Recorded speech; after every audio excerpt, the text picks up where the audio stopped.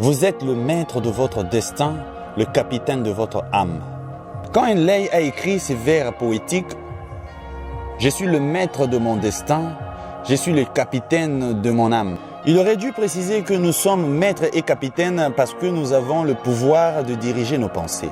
Il aurait dû nous dire que les espaces célestes dans lesquels cette petite terre flotte, dans lesquels nous nous déplaçons et devenons ce que nous sommes, sont une forme d'énergie qui se déplace à un taux de vibration formidablement élevé et qu'ils sont remplis d'une forme de puissance universelle qui s'adapte à la nature des pensées qui nous habitent et qui nous influencent de manière tout à fait naturelle pour transformer nos pensées en leur équivalent physique.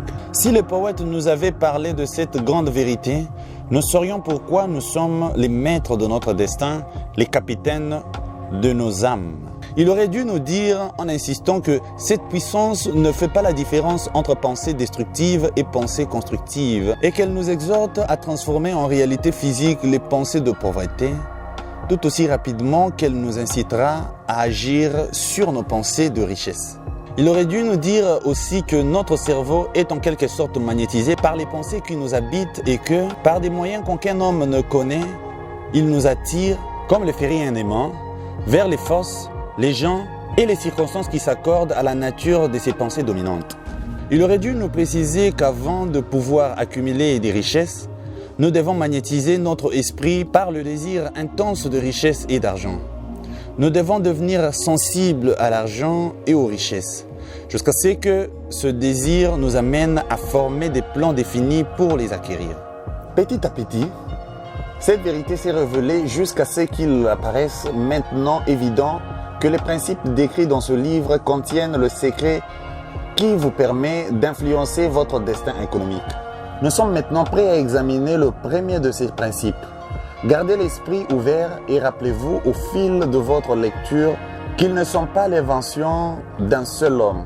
Ces principes ont été réunis à partir de l'expérience de plus de 500 hommes qui ont réellement accumulé de grandes richesses. Des gens qui ont d'abord été pauvres, qui n'avaient reçu que peu d'éducation et qui n'ont bénéficié d'aucune relation influente.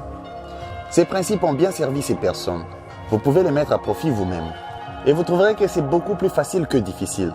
Avant de lire le chapitre suivant, je tiens à vous informer qu'il contient de l'information factuelle qui pourrait facilement changer votre destin financier de la même manière qu'elle a déjà apporté les changements extraordinaires dans la vie des deux personnes décrites un peu plus loin.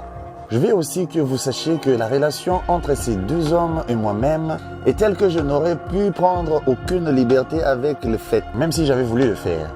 L'un d'entre eux a été mon meilleur ami pendant plus de 25 années et l'autre est mon propre fils. Le succès inhabituel de ces deux hommes, succès dont ils accordent généreusement le crédit aux principes décrits dans le prochain chapitre, fait plus que justifier cette référence personnelle comme un moyen d'illustrer le pouvoir très répandu de ce principe. Il y a près de 15 ans, je prononçais le discours d'ouverture à l'université de Salem, en Virginie occidentale. Je parlais avec tant d'enthousiasme du principe décrit dans le chapitre suivant qu'un des élèves de dernière année décida de l'adopter comme sa propre philosophie. Ce jeune homme est maintenant membre du Congrès des États-Unis et prend une part importante à l'administration actuelle. Un peu avant la publication de ce livre, il m'a écrit une lettre dans laquelle il énonçait si clairement son opinion sur les principes faisant l'objet du prochain chapitre que j'ai choisi de la publier sous forme d'introduction à ce chapitre. Elle vous donne une idée des récompenses qui vous attendent. Mon cher Napoléon, ma situation en tant que membre du Congrès m'ayant donné l'occasion d'étudier de très près les problèmes humains, je vous écris pour vous faire une suggestion qui pourrait aider des milliers de braves gens. Avec mes excuses, je dois dire que cette suggestion, si elle est mise en pratique, entraînera pour vous plusieurs années de travail et de responsabilité. Mais votre grande propension à rendre service aux autres m'encourage à vous faire cette suggestion. En 1922, j'ai assisté à votre discours d'ouverture à l'université de Salem en tant que nouveau diplômé. J'en retiens une idée qui me permet aujourd'hui de servir mon pays et à laquelle je devrai dans une grande mesure tous mes succès futurs.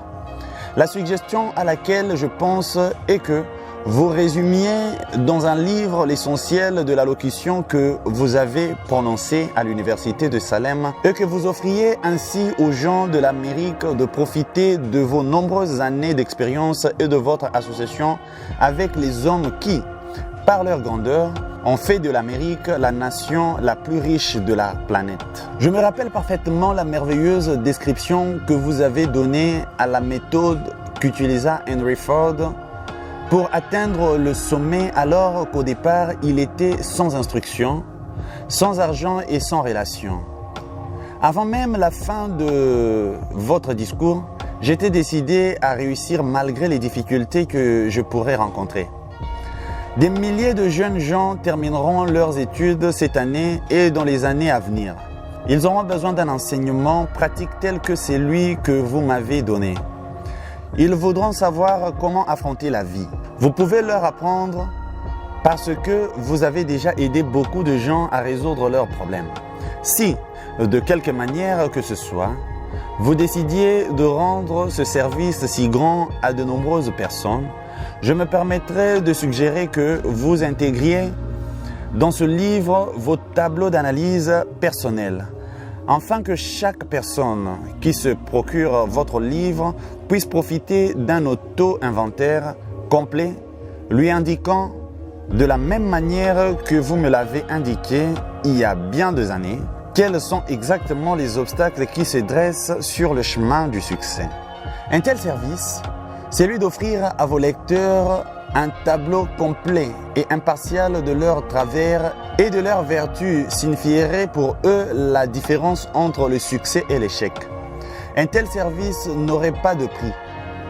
Des millions de personnes doivent remonter la pente après la dépression économique et je parle d'expérience lorsque je dis que je suis persuadé que ces personnes sérieuses accueilleraient favorablement la possibilité de vous raconter leurs problèmes et d'obtenir des suggestions de votre part pour les résoudre. Vous connaissez les problèmes de ceux qui sont aux prises avec la nécessité de recommencer à neuf. Il y a maintenant de milliers de personnes en Amérique qui voudraient savoir comment transformer leurs idées en argent. Des gens qui repartent à zéro, sans argent et qui doivent récupérer leurs pertes. Si quelqu'un peut les aider, c'est bien vous. Si vous décidez un jour de publier un livre dans ce but, je serai très heureux d'en recevoir le premier exemplaire avec votre dédicace. Avec mes vœux les plus sincères, croyez-moi cordialement, Jennings Randolph. Question pour atteindre le succès. Quelle idée contenue dans ce chapitre vous a-t-elle le plus aidé? De quelle manière l'histoire d'Edwin C. Burns vous inspire-t-elle? À quel moment de votre vie vous êtes-vous arrêté à quelques pas de l'or?